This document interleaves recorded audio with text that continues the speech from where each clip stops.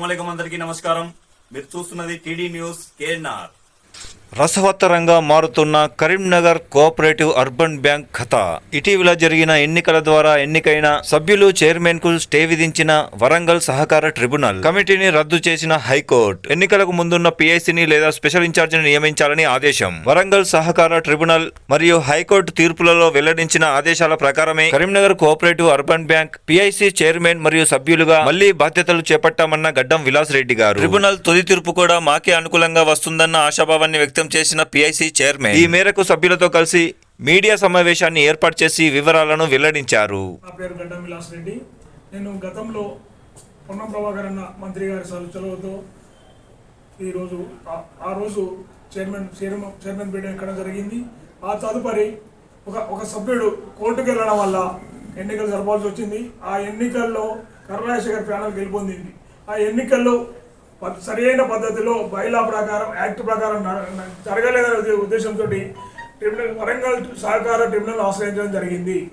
వరంగల్ సహకార ట్రిబ్యునల్ గత నెల ఈ నెల 1వ తారీఖు రోజు మధ్యంతర ఉత్తర్వులు ఇస్తూ ఏదైతే రాజశేఖర్ కమిటీ ఉందో ఆ కమిటీపై స్టే ఆర్డర్ ఇస్తూ అంతకుముందు వివాదాస్పద ఎన్నికల కన్నా ముందున్న కమిటీ అంటే నా కమిటీని ప్రభుత్వం కాంగ్రెస్ ప్రభుత్వం నియమించిన కమిటీని కొనసాగిస్తూ ఆదేశాలు జారీ చేసింది. ఆ ఆదేశాల ప్రకారం మేము ఈ నెల 7వ తారీఖు రోజు మా కమిటీ ఇదే బ్యాంకులో ఛార్జ్ తీసుకోవడం జరిగింది.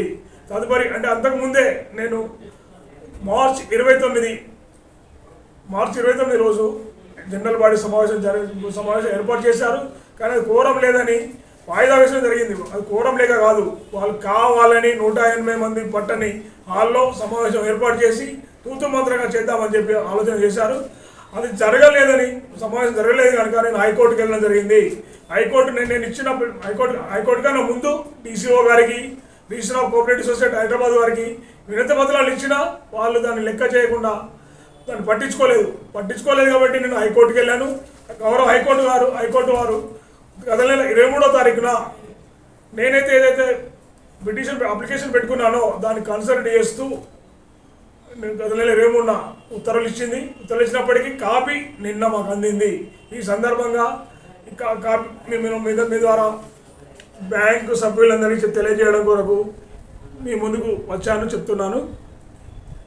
ఇందులో క్లియర్గా ఉంది, సెక్షన్ 21AA ప్రకారం ఆ కమిటీ రద్దు అయిపోయింది కాబట్టి ఆ ప్లేస్లో పర్సన్ ఇన్ఛార్జ్ని కానీ అఫీషియల్ కానీ నియమించమని కోర్టు కోరింది. కానీ అప్పటికే ట్రిబ్యునల్ ద్వారా మేము ఇక్కడ నియామకం జరిగింది కాబట్టి మాకు న్యాయం జరిగిందని అనుకుంటున్నాను.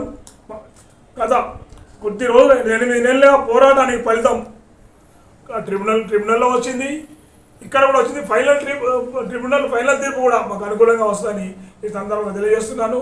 మా కాంగ్రెస్ పార్టీ సభ్యులమందరం కాంగ్రెస్ పార్టీ నియమించింది కాబట్టి కాంగ్రెస్ పార్టీకి కట్టుబడి ఉంటాం మేము. ఆ కమిటీ మూడు పార్టీల కమిటీ, కానీ మాది కాంగ్రెస్ పార్టీ కమిటీ. ఈరోజు నియోజకవర్గ ఇన్ఛార్జ్ వెల్జల్ రాజేంద్రరావు గారు కానీ తర్వాత ఇంకే నాయకులు అయినా కానీ వాళ్ళతో పాటు మేము పనిచేయడానికి సిద్ధంగా ఉన్నాం. వాళ్ళకు రుణపడి ఉంటామని ఈ సందర్భంగా తెలియజేస్తున్నాం. ఈ కార్యక్రమాన్ని సమర్పించిన వారు పారమిత స్కూల్స్ మంకమతోట పద్మనగర్ కరీంనగర్, ఎస్విజేసి విద్యా సంస్థలు Karimnagar, paradise schools Kothapalli Rekurthi Karimnagar, Tejas junior college and defence academy Kothapalli Karimnagar, Maner schools Mankammathota Padmanagar Karimnagar, atom classes tuitions and coaching centre housing board చౌరస్తా Karimnagar. TD news KNR, please subscribe. అస్సలాము అలైకుం, నమస్కారం, ధన్యవాదాలు.